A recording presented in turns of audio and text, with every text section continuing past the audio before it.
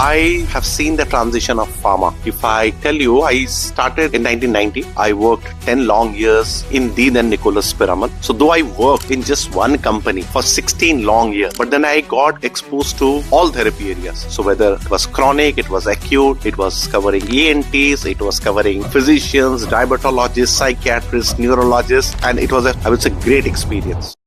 So let me tell you what are same. Right. The biggest thing is manpower will always be extremely important. How good my team is inside the clinic with the retailers, with the stockists, you cannot replace it. And that's why it is always said a same product detailed by two individuals with the same kind of effort, same support in the market would always have two different responses. So it is always the man behind the product and the intensity with which he works.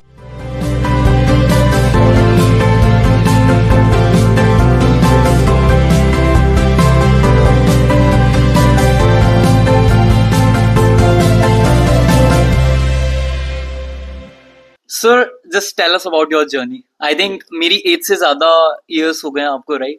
So अभी भी फिर भी young हैं आप, but just tell me about your journey. So kind of you. My name is Sumit Bhattacharjee. I have seen the transition of pharma. If I tell you, I started in 1990. I worked 10 long years in the then Nicholas Piramal as a medical rep. And by grace of working with good people, getting good advisors, good mentors, learned. And then I got promoted in the year 2000. I claim myself to be a cosmopolitan Indian because I'm born in Assam. I had my primary education in Guwahati. I did my class 10 and 12 from Lucknow, Army Public School. I did my graduation from Calcutta. My first job was in Odisha. I got promoted. I went to Andhra. And from Andhra, I used to cover Karnataka, Tamil Nadu, Andhra Pradesh. After that, the company where I was working, which is Nicholas Piramal, was into a spree of taking over. So though I worked in just one company for 16 long years, but then I got exposed to all therapy areas. So whether it was chronic, it was acute, it was covering ENTs, it was covering physicians, diabetologists, psychiatrists, neurologists, and it was I would say, great experience. As I said, I was probably one of the young guys who were believed by my mentors and leaders who could do good. So I was promoted as a zonal sales manager based at Hyderabad. I used to take care of the then extra care division, which had a lot of anti-diabetics, cardiac, as well as few products which were into the neurology space. Subsequently, Mr. Piramal was very assertive and aggressive, and I would say a great personality. Right. We further divided the division, and extra care became a truly cardio-diabetic division. I was asked to come to Calcutta. So my exposure to entire eastern part, which other than my education and me being a Bengali, I didn't have. So it was good to get exposed professionally to the entire eastern part of the country.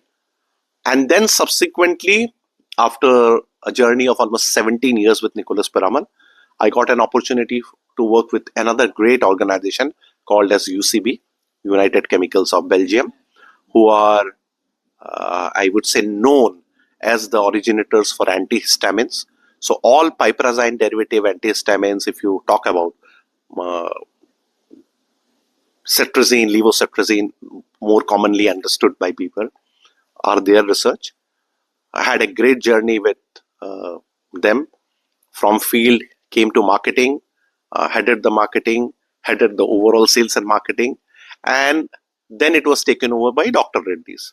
During that period, I had the opportunity to go to Ahmedabad. I always say, until unless you go to a Gujarati company, you really don't learn about how to maximize profits. So I worked for Zydus Cadila. I used to take care of their gastro business, which is Corza. Further got exposed to gastroenterology therapy, where I had not worked in detail. That was good. After Zydus, had a stint in a nutraceutical, which is now exploding in India. So it was through prescription and directly to the patient. I worked for a company called Sun Toyota, who are very good in probiotics and Nutra. Subsequently that I had a stint with Cadila, where I looked into ortho, gynae, physician, derma, full of learning. And then subsequently back to Bombay. And I work currently with a company called Exeltis India. It's a part of International Insud Group. The organization hails from Barcelona. And the good thing about this MNC is that the current organization I work for is completely committed to India. We have 4 manufacturing plants and we also have a marketing team. The entry of Exeltis India is through takeover of 2 companies, one South Bay Orden Laboratories. I would say I have done good. I have learned through the journey. I would say that's in brief about me. You done great. Okay, first of all. But I just want to ask, what's your favorite city then? You see, among all the cities where I have stayed, Yeah. I would fall for 2 cities. Okay. And there is a reason for it. I find Bombay to be the most professional city in India. A work is to be done means it will get done. And if I look into from the comforts of life, I stayed in Bhubaneswar for a long time. I find that city to be very well planned. People extremely friendly. Your cost of living is less, but you get almost all facilities of a metro city. And the way the city has expanded and grown, it is commendable. So I would rate probably Mumbai and Bhubaneswar as the 2 cities where I would like to live. Great, great. I think so. I just came to Mumbai like recently, and then I saw that culture. Okay, and then I think to every pharma profession, I will say कि अगर pharma में like footfall जमाना है, तो I think Mumbai regularly visit करो, right? बिल्कुल. Because Jin professionals के साथ में आप मिलते हो, I think it's become easy for you to gain that traction. So my next question is, okay, you saw that journey from like last 36 years, right? This journey. So how do you see that things have changed, right? So like I have interviewed many of the people into the pharma. So उन्होंने बहुत सारी चीजें बताई, like first starts from कि पहले वो reports कैसे भेजते हैं, like through buses, a lot of struggle were there. Now technology like AI comes into the picture. How things have changed, and things have changed, right? The second question related to what are the things that is the same long years, right? So let me tell you what are same. Right. The biggest thing is manpower will always be extremely important. How good my team is inside the clinic with the retailers, with the stockist, you cannot replace it. And that's why it is always said that a same product detailed by 2 individuals with the same kind of effort, same support in the market would always have 2 different responses. So it is always the man behind the product and the intensity with which he works. The number 2, which is extremely important, is when you look it from a perspective of the overall way the pharma works. I would say still now it is retailers, it is distributor, prescriptions of the doctor, and obviously the connect that you build. Thirdly, how do you impress a doctor? At the end of the day, whether it is through an AI route, whether it is a digital route, or whether it is a in-clinic communication, you need to sell the value proposition of your brand. That remains the same. Until and unless the doctor understands that, yes, this is the product I want to write or prescribe, Right. you will not get it. Right. So that's the way it is.